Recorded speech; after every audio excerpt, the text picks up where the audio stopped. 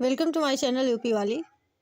आज के हम इस वीडियो में बात करेंगे स्टेट वाइज उसके बारे में जानेंगे, उसकी इम्पोर्टेंस को। ठीक है, तो सबसे पहले हम देखेंगे मणिपुर को। तो मणिपुर की जो स्थापना हुई है वो 1972 में हुई है। ठीक है, और यहाँ पे एक त्यौहार मनाया गया है हाल ही में।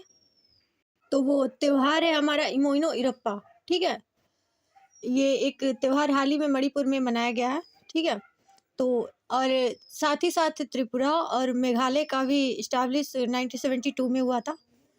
ठीक है, और मणिपुर की जो राजधानी है वो है इम्फाल। फिर राज्यपाल की बात करें तो अजय कुमार शुक्ला जी वहाँ के गवर्नर है, और सीएम हैं हमारे। सीएम नहीं है अभी, वहाँ पे राष्ट्रपति शासन लगा हुआ है, और सबसे ज़्यादा राष्ट्रपति शासन मणिपुर में ही लगा है। ठीक है, और वहाँ पे कुल लोकसभा की सीटें हैं 2 और राज्यसभा की सीट 1 है। ठीक है, और ये जो त्यौहार है इमोइनो इरप्पा, वो त्यौहार समर्पित है इमोननु अहोगवी कुकी जनजाति के लिए। ठीक है, ये जो समुदाय है मैतेई मनाता है ये त्यौहार। ठीक है, फिर दूसरा हम देखेंगे हरियाणा के बारे में। तो हरियाणा में जो एक नए डीजीपी नियुक्त किए गए हैं वो हैं अजय सिंघल। ठीक है, सिंघल। तो इस हरियाणा की इस्टेब्लिश की बात करें तो 1 नवंबर 1969 में हुआ है इसका इस्टेब्लिश। ठीक है, और फिर राजधानी वहाँ की चंडीगढ़।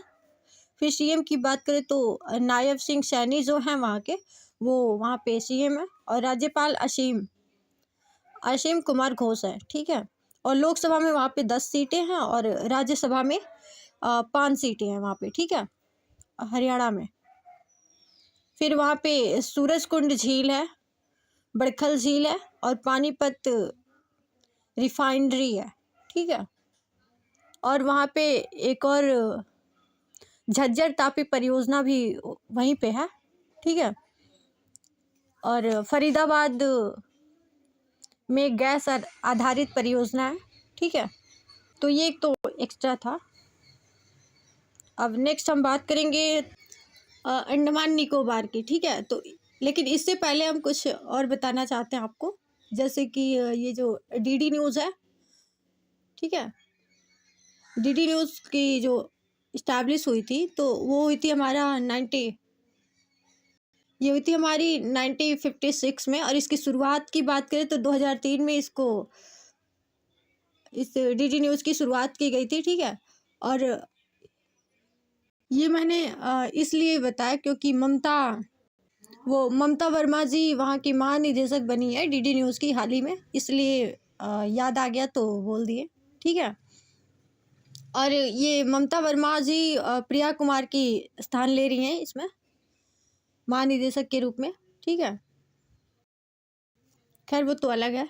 हम स्टेट बात करते हैं तो स्टेट पे अंडमान निकोबार की बात करें तो अंडमान निकोबार की स्थापना हमारी 1 नवंबर 1956 में हुई थी। ठीक है, फिर मुख्यालय की बात करें तो मुख्यालय है पोर्ट ब्लेयर। अब जो इसका नाम बदल दिया गया है, श्री विजयपुरम कर दिया गया है। ठीक है, फिर बैरन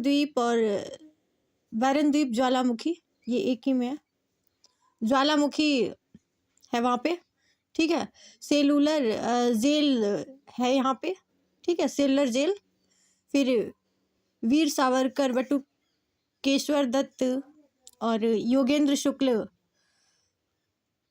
सचिंद्र, फिर सचिंद्र सान्याल को यहीं पे रखा गया था सेलुलर जेल में। ठीक है, जो जनजाति है तो वो ग्रेट, और फिर ओगे, जरवा, सेंटिनेली, सोमपेन, ये सब जनजातियाँ वहाँ पे हैं।